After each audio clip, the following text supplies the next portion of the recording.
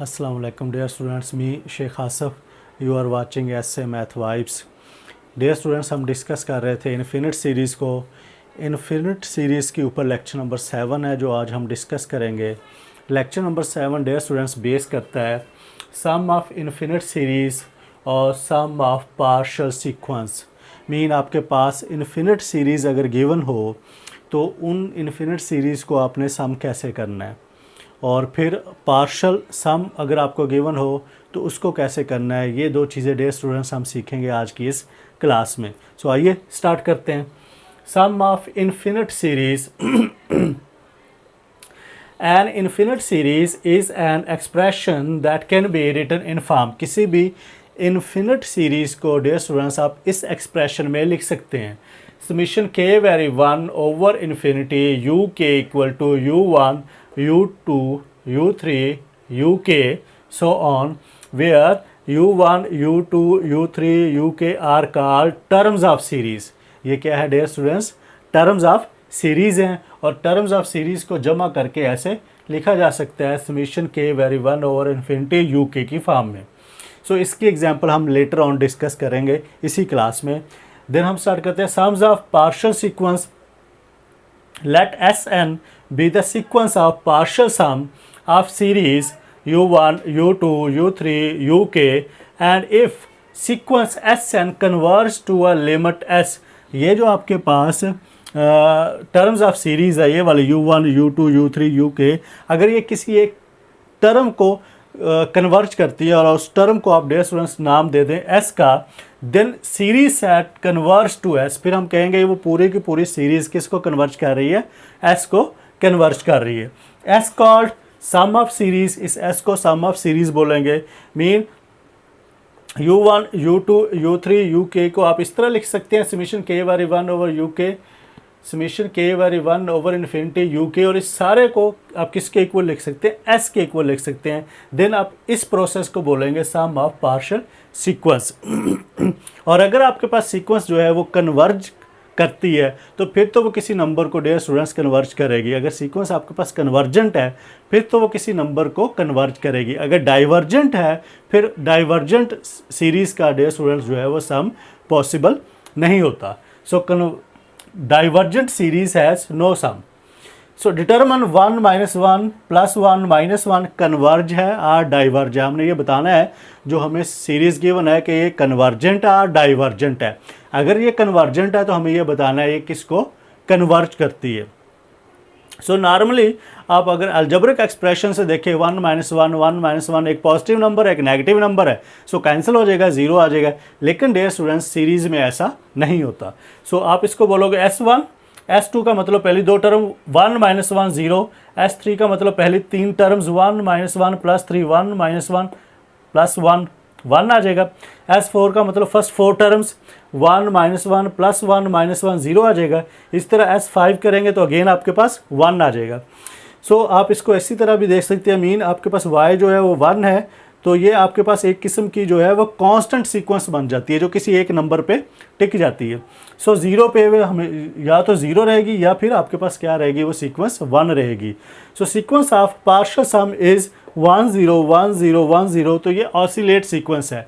सो आपके पास dear students oscillate sequence जो है वो आपके पास पॉसिबल नहीं होती सीक्वेंस में। इन्फिनिट सीरीज़ में या तो वो कन्वर्ज करती है या वो डाइवर्ज करती है, ऑसिलेट्स नहीं करती। ये हम स्टार्ट में पढ़ के आ चुके हैं डियर स्टूडेंट्स। मेरे अर्ली लेक्चर में आप इस बात को जाके व्यू कर सकते हैं। So sequence of a partial sum is 1 0 1 0 1 0। So this is divergent sequence. ये आपके पास कौन सी सीक्वेंस है? डाइवर्जेंट सीक्वेंस है। So sum of partial sequence की ये डियर स्टूडेंट्स हमने एक एग्जांपल कंसीडर की। अब आप सम ऑफ इन्फिनिट सीरीज़ को जहन में लेके आएँ और इस बात को डियर स्टूडेंट्स याद रखना है कि समीशन के vary 1 over infinity u k equal to u1 u2 u3 uk, ये आपके पास क्या है? टर्म्स ऑफ सीरीज़ हैं और उसको जमा करके आप ऐसे लिख सकते हैं। तो हम इसको एक एग्जांपल के ज़रिए इस पूरे प्रोसीजर को समझने की कोशिश करते हैं। व्हेन वी राइट 1/3 आपके पास एक नंबर है, जब आप 1/3 को डिवाइड करते हैं in the decimal form 1/3 can be written as 0.3333 so on। ये आपके पास एक इन्फिनिट नंबर है जो चलता रहता है, जिसका एंड पॉइंट जो है वो इन्फिनिट है। वी मीन दैट, अगर हम इसको ए कह दें, आप इसको ज़हन में रखिएगा, we mean that 1/3 equal to 0.3, फिर एक डेसिमल के बाद एक ज़ीरो को ऐड कर देना है 0.03, फिर डेसिमल के बाद डबल ज़ीरो ऐड कर दो, फिर डेसिमल के बाद ट्रिपल ज़ीरो ऐड कर दो, फिर डेसिमल के बाद 4 ज़ीरो ऐड कर दो। सो ये जो है that is decimal representation of 1/3। ये 1/3 की क्या है, डेसिमल रिप्रेजेंटेशन है।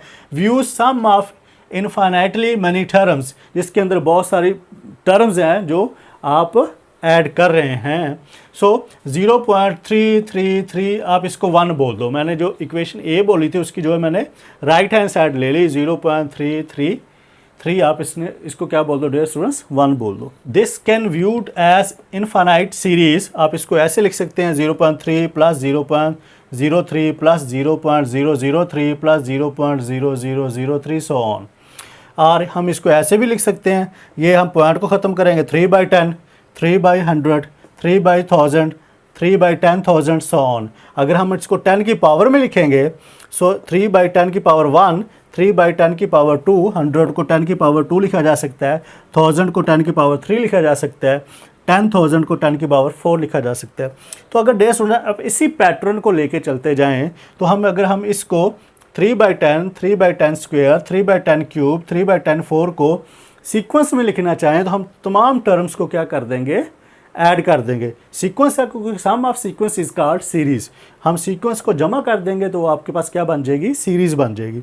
सो ये इसको SN बोल दिया, 3/10, 3/10 square plus 3/10 cube plus 3/10 4 so on. So finally आपके पास अगर आप इस टर्म को गौर से देखें तो आपके पास जो जनरल टर्म बनेगी इस सीक्वेंस की 3/10 रेज पावर n बनेगी। आपने इसको 3 बोल दिया। लिमिट अप्लाई कर दी, limit n approaches to infinity SN equal to limit n approaches to infinity 3/10 plus 3/10 square, 3/10 cube, 3/10 4 plus on 3/10 raise power n। So हमने क्या किया, ये इक्वेशन जो आपके पास 3 आई उसको 1/3 से, इक्वेशन जो 3 है मल्टीप्लाई 3/1/10।